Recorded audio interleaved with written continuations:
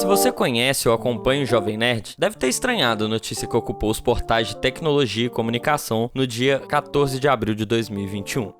Alexandre Ottoni e Azaghal, fundadores do Jovem Nerd, vendem a empresa para o Magalu. Inicialmente foi um susto, né? Depois, os caras explicaram o quão bom isso será para eles e para os fãs, que terão mais conteúdo, como novos podcasts e mais episódios das atrações, a partir do momento que toda a operação da empresa, que é dona do Nerdcast, o maior podcast do Brasil, e outras atrações em vídeo como Nerd Office, Nerdologia e Nerd Player, passa a ser controlada pelo Magalu, o gigante do varejo brasileiro. Tá, isso você viu nos noticiários, ou pode até estar se informando agora. Mas o questionamento que eu levanto hoje é o seguinte: o que isso representa para a cena de podcasts no Brasil? Recentemente eu fiz um vídeo com previsões e questionamentos sobre qual será o futuro dos podcasts no Brasil. O link tá na descrição para quem não viu, mas nesse conteúdo eu falei sobre como o Brasil vem flertando com o podcast e como os livecasts, como o Flow Podcast, têm popularizado o consumo dessa mídia. Ainda fiz um comparativo com o cenário nos Estados Unidos, onde grandes empresas disputam exclusividade de atrações e vozes das personalidades americanas para ganhar espaço no ouvido dos usuários. No vídeo eu ainda menciono o quão longe isso tá do cenário brasileiro, como estamos engatinhando nessa evolução. Mas bom, parece que eu tava errado, né? A compra do Jovem Nerd pelo Magalu, ao meu ver, representa o começo de grandes movimentações comerciais voltadas ao fomento de podcasts em nosso país. Até porque o Magalu tem crescido monstruosamente nos últimos anos, se tornando uma das maiores empresas do Brasil, com investimentos que giram em torno de bilhões de reais. Esses caras entenderam, a Luísa Trajano e seus executivos entenderam muito bem o próximo passo da publicidade brasileira: estar atrelada ao consumo de conteúdo. O Jovem Nerd é a terceira empresa que o Magalu comprou esse ano que é voltada a conteúdo. Antes dos nerds, a Lu já havia adquirido o portal de notícias Canaltech e o Still The Look, voltado à moda. Como é dito na reportagem que anuncia a compra do Jovem Nerd, a intenção do Magalu é incorporar as atrações do ecossistema nerd ao seu super app, aumentando o tempo de consumo e plugá-los em sua estratégia de anúncios com o Magalu Ads, possibilitando a criação de branded content, que é quando a marca vem atrelada ao conteúdo, assinando ele, possibilitando conteúdos educativos para vendedores do site, por exemplo, ou o público em geral. Mas focando no Nerdcast, eu vejo essa como a maior compra do mercado de podcasts brasileiro. Os valores não foram divulgados, e eu acredito que esteja na casa dos milhões, como diz o Sr. K. Mas o valor do programa é incalculável, se contarmos que a atração tem mais de 15 anos e que desde 2016 já tem mais de 1 milhão de downloads por episódio, que são lançados semanalmente.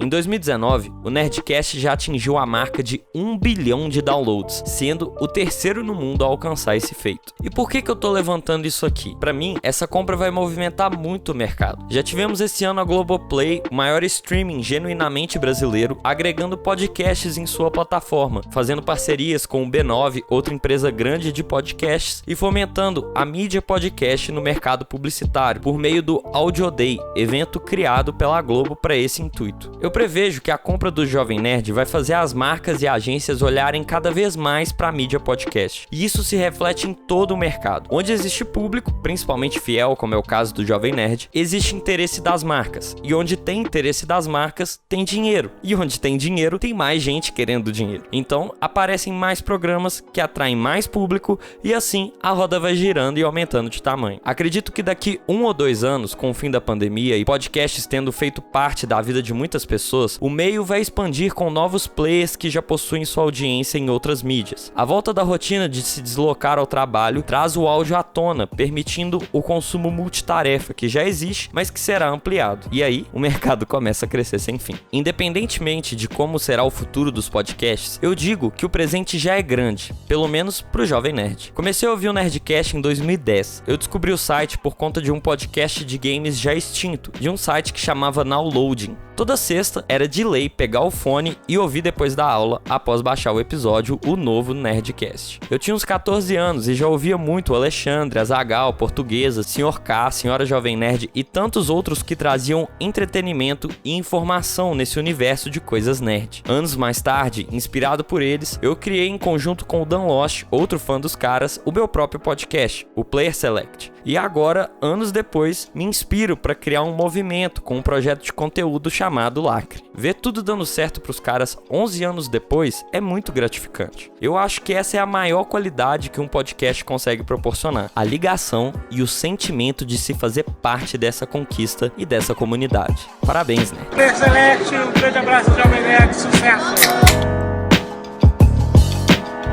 Fala, doutor! Eu espero que você tenha curtido esse conteúdo. É mais um drop do Projeto Lacre, que busca fomentar a produção e o interesse pelo meio podcast para mais pessoas. Quer saber mais? Se inscreva no canal ou comece a seguir o nosso podcast. Assim, você vai ser avisado quando tiver novos conteúdos. Siga também nosso Instagram, @lacrecontent, e deixe também seu comentário me contando qual foi a sua experiência com podcasts, por menor que ela seja. Compartilhe sua história com a Lacre. Bom, é isso, doutor. Fica assim então. Até mais.